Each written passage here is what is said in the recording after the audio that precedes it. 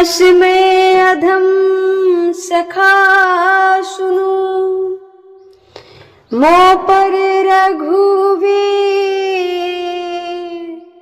किन्हीं कृपा सुमिरी गुण, भरे बिलोचननी। हनुमान जी कहते हैं विभीषण जी से कि हे विभीषण जी, आप भी भगवान राम के भक्त हैं, हम भी भगवान राम के भक्त हैं, इसलिए हम दोनों मित्र हैं, हम सखा हैं। असमय अधम सखा सुनो, हे सखा, मैं ऐसा अधम हूं, मैं नीच हूं, मैं जाति से सबसे नीच हूं, फिर भी भगवान श्री रामचंद्र जी मुझ पे कृपा की है। भगवान के अनंत गुणों का स्मरण करके हनुमान जी रोने लगे, भावुक हो गए कि ऐसे कृपालु भगवान है, और ऐसे कृपालु भगवान को जो भूल जाएगा उसका तो क्या होगा। जानता हूँ आशे स्वामी बिसारी, फिर ही ते काहे ना हो ही दुखारी।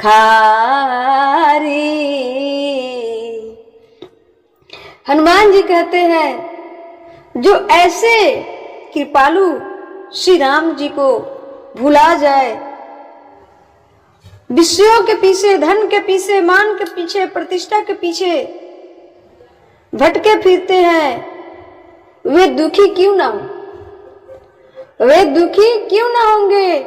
इस प्रकार श्री राम जी के गुण समूहों को कहते हुए हनुमान जी बार बार भावुक हो जाते हैं।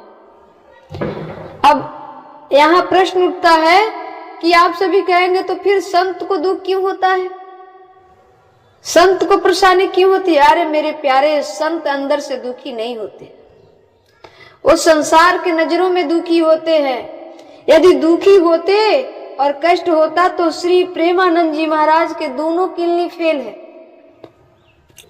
डायलिसिस पे रहते हैं, और जो यंग है, जो स्वस्थ है, उससे कहीं ज्यादा उनकी दिनचर्या है।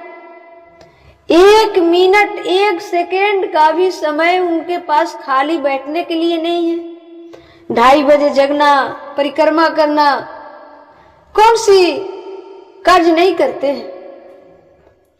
तो भक्तों के कभी दुख नहीं होते हैं, और ऐसे भगवान को जो भूल जाए, सबसे बड़ी संसार में दुख क्या है, जो भगवान को भूल जाए, जो भगवान के भूल जाए, भगवान के नाम को स्मरण न करे, भगवान की कथाएं लीलाएं न सुने, वो सबसे बड़ी दुखी है। वो धन दौलत किस काम की, आज है कल नहीं रहेगी, आज है कल नहीं रहेगी, इसका कोई गारंटी नहीं है। इसलिए सबसे बड़ा दुखी वो है जो भगवान को भूल गया, और सबसे बड़ा सुखी वो है जो दिन रात भगवान के चिंतन में खोया है, उसके अंदर से नित्य प्रति आनंद की अनुभूति होती है, आनंद की अनुभूति होती है। हनुमान जी जब जब भगवान के नाम लेकर उनकी कथा का वर्णन करते हैं, तब तब उनके आंखों में नेत्राश्रु जलाशु भर जाते हैं, उनके नेत्रों भावुक हो जाते हैं, क्योंकि हनुमान जी रामचरित्र सुनबे को रसिया। हनुमान जी भगवान के कथा के सुनने के रसिया हैं। हनुमान जी राम जी की कथा सुनने के रसिया हैं, रसिक हैं। जो पीता है उसे क्या कहते हैं, वो कथा को पीने वाले हैं। सुनना अलग हुआ और रसिया, रसिक अलग हुआ। जो कथा को पीता है, सुनने वाला तो इधर से सुना, इधर से कुछ निकल गया, कुछ रह गया, लेकिन जो रसिक है, जो पीता है, उसका अंदर से नहीं निकलता। हनुमान जी भगवान की कथा कहीं भी करो, वहां कुछ ना कुछ के रूप में धारण करके बैठकर कथा सुनते हैं। पुनि सब कथा विभीषण कही, जेहि विधि जन के सुता तह रही। तब हनुमंत कहा सुनु भ्राता, देखी चाहूं जानकी माता। विभीषण जी ने कहा, अब हनुमान जी सारी परिचय देने के बाद विभीषण जी से कहे कि मैया सीता कहाँ है।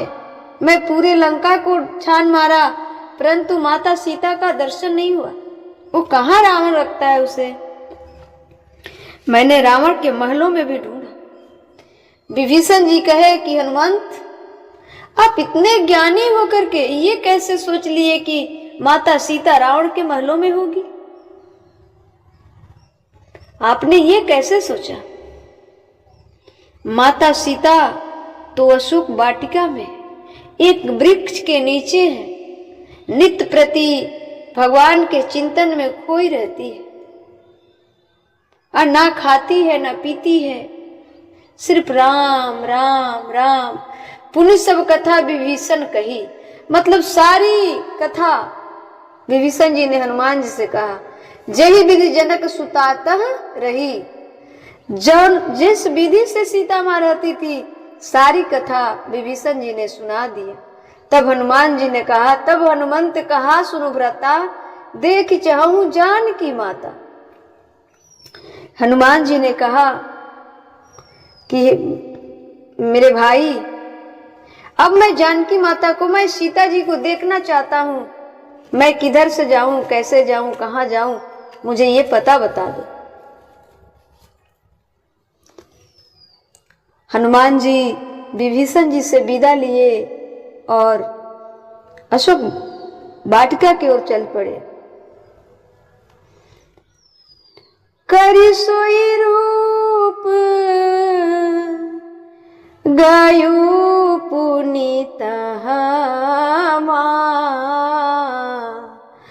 बने अशोक सीता रह जह मां।